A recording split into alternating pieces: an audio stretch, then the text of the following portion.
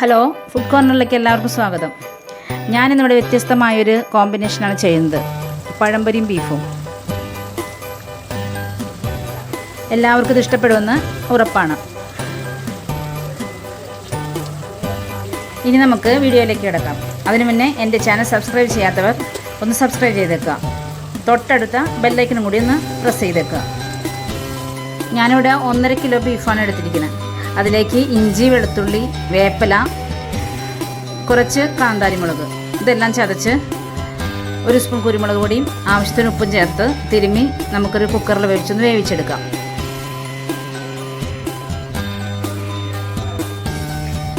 ബീഫിൽ കൊളസ്ട്രോളിൻ്റെ അളവ് കുറയാൻ വേണ്ടിയാണ് നമ്മൾ ഈ കാന്താരിമുളക് ചേർക്കുന്നത്.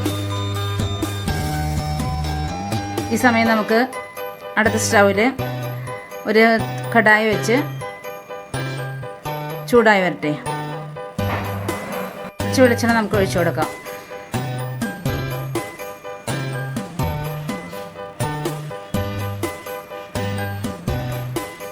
വെളിച്ചെണ്ണ ചൂടാകുമ്പോൾ അതിലേക്ക് ഒരു 4 സവാള അരിഞ്ഞതും പിന്നെ 1.5 സ്പൂൺ ഇഞ്ചിയും 1.5 സ്പൂൺ വെളുത്തുള്ളിയും പിന്നെ 1 സ്പൂൺ കാന്താരിമുളകും പിന്നെ കുറച്ച് വേപ്പിലയും ഇട്ടൊന്ന് വഴറ്റിയെടുക്കാം.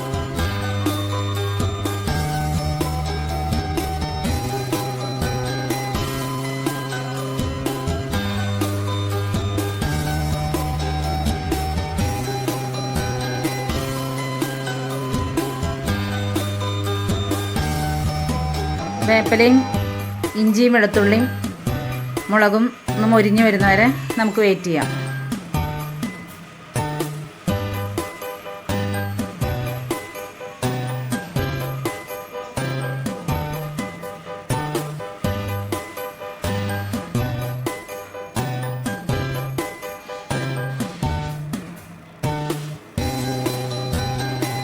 ഏതാണ്ട് മൊരിഞ്ഞ് വന്നിട്ടുണ്ട്. അതിലേക്ക് നമുക്ക് ഈ 4 സവാള ചെറുതാക്കി അരിഞ്ഞത് ഇട്ട് കൊടുക്കാം.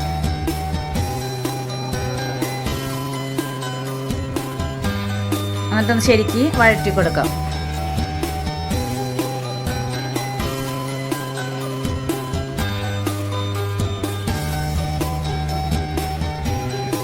അതിലേക്ക് ഒരു 4 സ്പൂൺ ഉപ്പും കൂടി ചേർത്ത് കൊടുക്കാം.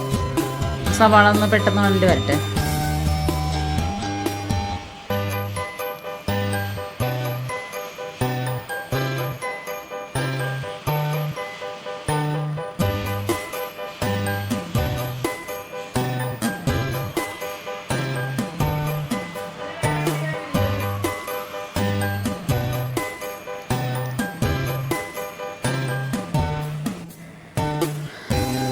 ഒരു ബ്രൗൺ ഷെയ്ഡ് ആവുന്നവരെ നമുക്ക് ശരിക്കും വഴറ്റി കൊടുക്കാം.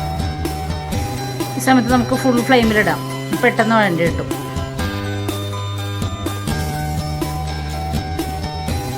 ഇപ്പോൾ ലൈറ്റ് ബ്രൗൺ ആയിട്ടുണ്ട്. ഡാർക്ക് ബ്രൗൺ ആവുന്നവരെ നമുക്കൊന്ന് വെയിറ്റ് ചെയ്യാം.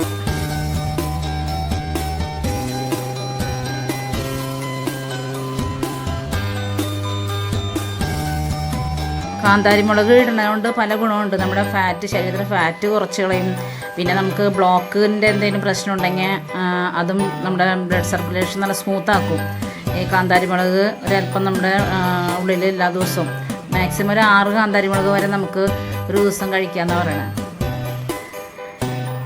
ഇനി നമുക്ക് ഒരു 1/2 സ്പൂൺ മഞ്ഞൾപ്പൊടി, 1/2 സ്പൂൺ 4 സ്പൂൺ മുളക് പൊടി മതി. പിന്നെ ഒരു 1/2 സ്പൂൺ കുരുമുളക് പൊടി, ഒരു 4 സ്പൂൺ കാശ്മീരി ചില്ലി പൗഡർ, പിന്നെ ഒരു 3 സ്പൂൺ മല്ലിപ്പൊടി ഇവ ചേർത്ത് നന്നായി ഒന്ന് വഴറ്റാം. 1 സ്പൂൺ മീറ്റ് മസാലയും കൂടി നമുക്ക് ഇതിലേക്ക് ഇട്ട് കൊടുക്കാം. ഞാൻ ഈ കാശ്മീരി ചില്ലി പൗഡർ ഇടുന്നത് എന്താണെന്ന് വെച്ചിട്ടുണ്ടെങ്കിൽ നമ്മൾ മറ്റേ മുളക് പൊടി നമ്മൾ കുറവേ ചേർക്കണുള്ളൂ. ഒരു 4 സ്പൂൺ മുളക് പൊടി ചേർക്കണുള്ളൂ. കാരണം കുരുമുളക് പൊടി ഉണ്ട് ഇതിൽ, പിന്നെ കാന്താരി മുളകുണ്ട്. അപ്പോൾ എരിവ് നമുക്ക് ആവശ്യത്തിനുണ്ട്. പിന്നെ ഒരു കുറച്ചും കൂടി മുളക് പൊടി ചേർത്തു, ഒരു 4 സ്പൂൺ. അപ്പോൾ ആ മുളക് പൊടി കുറവായതുകൊണ്ട് ആ കളർ നമുക്ക് കിട്ടാൻ വേണ്ടി മാത്രമാണ് ഞാനിപ്പോൾ കാശ്മീരി ചില്ലി പൗഡർ ഒരു 4 സ്പൂൺ ചേർത്ത് കൊടുക്കുന്നത്. നമുക്ക് നന്നായി ഒന്ന് വഴറ്റിയെടുക്കാം. ഒരുവിധം നന്നായി തന്നെ മൊരിയണം.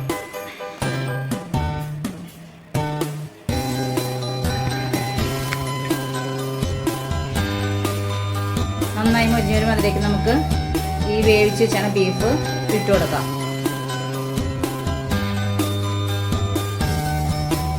അതിൻ്റെ വെള്ളം ആദ്യം ഒഴിച്ചിട്ട് പിന്നെ ലാസ്റ്റ് ബീഫ് ഇട്ടാൽ മതി. നമ്മൾ എല്ലാം കൂടി ഒരുമിച്ചിട്ട് നമ്മുടെ കയ്യിലേക്ക് അതിൻ്റെ ആവി പറന്ന് ചിലപ്പോൾ പൊള്ളാൻ സാധ്യതയുണ്ട്. ഇനി നമുക്ക് നന്നായി ഒന്ന് ഇളക്കി കൊടുക്കാം.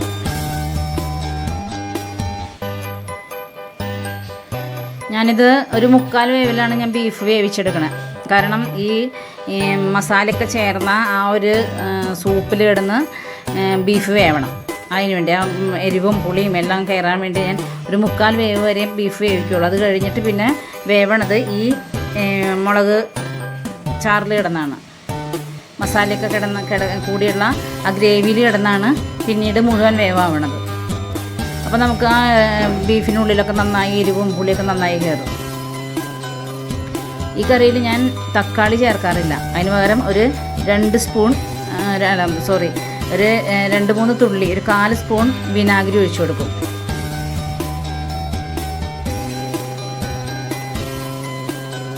ആ കാശ്മീരി ചില്ലി പൗഡർ ഇട്ട കാരണമാണ് നമുക്കിപ്പോൾ ഇത്രയും കളറ് കറിക്ക് കിട്ടിയാണ്. അതല്ലെങ്കിൽ നമുക്കൊരു ബ്രൗൺ ഷെയ്ഡ് മതി എന്നുള്ളവർക്ക് ഈ കാശ്മീരി ചില്ലി പൗഡറും അതുപോലെ തന്നെ മുളക് പൊടിയും വേണമെങ്കിൽ നമുക്ക് അവോയ്ഡ് ചെയ്യാം. കാരണം കുരുമുളകും പച്ചമുളകും നന്നായി ഉണ്ട് ഇതിൽ. ഈ റെഡ് ചില്ലി പൗഡർ ഉപയോഗിക്കുന്ന ആളൊക്കെ ഏറ്റവും ബെറ്റർ ഈ കുരുമുളകും കാന്താരി മുളകൊക്കെ ഉപയോഗിക്കുന്നത് തന്നെയാണ്. അല്ലെങ്കിലും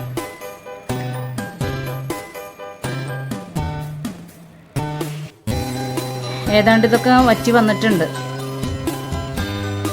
അത് നന്നായി ഒന്ന് ഇളക്കി ഒരു മിനിറ്റും കൂടി വെച്ചിട്ട് നമുക്ക് സ്റ്റൗ ഓഫ് ചെയ്യാം. പഴംപൊരി എല്ലാവർക്കും ഉണ്ടാക്കാൻ അറിയാവുന്നതുകൊണ്ടും പിന്നെ വീഡിയോ ഒത്തിരി ലെങ്തി ആവുന്നതുകൊണ്ടും ആ വീഡിയോ ഞാനിപ്പോൾ ഇതിലിടുന്നില്ല. ഉടൻ തന്നെ പുറം ക്രിസ്പിയും ഉള്ളി യമ്മിയും ആയിട്ടുള്ള നല്ല രീതിയിലുള്ളൊരു പഴംപൊരി ഞാനിത് ചെയ്യുന്നതായിരിക്കും. എല്ലാവർക്കും വീഡിയോ ഇഷ്ടപ്പെട്ടാൽ ലൈക്ക് ചെയ്യുക, ഷെയർ ചെയ്യുക, സബ്സ്ക്രൈബ് ചെയ്യുക. Thanks for watching the video. By.